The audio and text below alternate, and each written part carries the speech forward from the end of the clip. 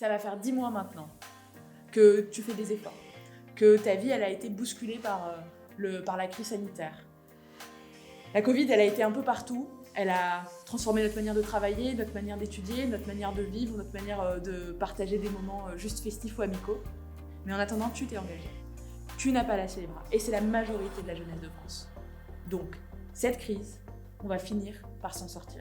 Le plus important, c'est de prendre sa part, d'apporter quelque chose et surtout de ne pas baisser les bras.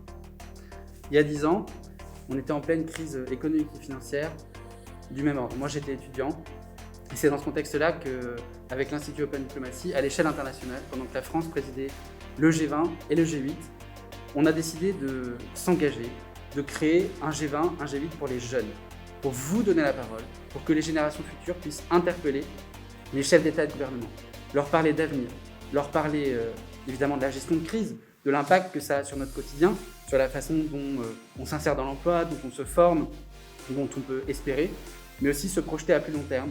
Et c'est ça dont on veut vous parler aujourd'hui, du G20, du G7 des jeunes. Il te reste qu'une seule chose à faire, t'engager. Moi, je suis secrétaire d'État à la jeunesse et à l'engagement. L'engagement, c'est ton pouvoir d'agir, quel que soit le chemin que tu prends. Que tu sois bénévole dans une association, que tu fasses un service civique, que tu rejoignes les réserves ou encore que tu deviennes délégué, le plus important, c'est de trouver ton engagement et d'activer ton pouvoir d'agir. Ce pouvoir d'agir, Sarah l'a dit, c'est un pouvoir qui est transformateur. L'engagement, devenir délégué au G20, au G7 des jeunes, au fameux Y20, au fameux Y7, c'est prendre la parole, attirer l'attention des décideurs politiques, comme Sarah, sur les problèmes qui façonnent l'avenir des jeunes. Cette initiative, elle a été créée par des jeunes, pour des jeunes, avec des jeunes. Et je vais vous donner 2 exemples de ce que ça signifie pour les générations futures. En 2014, au G20 de Sydney, on s'est battu avec des jeunes de la planète entière pour la neutralité du net, pour que chacun d'entre nous ait un accès équitable, un débit qui ne dépende pas de ses revenus, de son abonnement, de son forfait, pour pouvoir accéder à Internet. Imaginez ce que ce serait aujourd'hui, dans cette période de coronavirus, si on n'avait pas un accès équitable à Internet. Ça serait dramatique. Et ça, évidemment, on l'a fait en concertation avec de nombreux ministres, de nombreux chefs d'État et de gouvernement, je pense notamment à Barack Obama, mais on l'a fait parce que les jeunes se sont battus. En 2019, quand la France présidait le G7, on s'est aussi battu pour l'urgence climatique.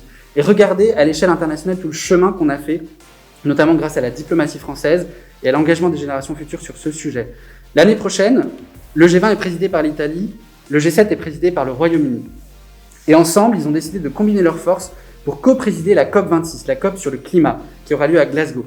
Donc c'est plus que jamais l'occasion de se battre pour faire en sorte que la crise climatique recule et qu'on assure un avenir sain, plein d'espoir aux générations futures. Pour ça, vous pouvez devenir délégué au Y20, au Y7 et on compte beaucoup sur vous.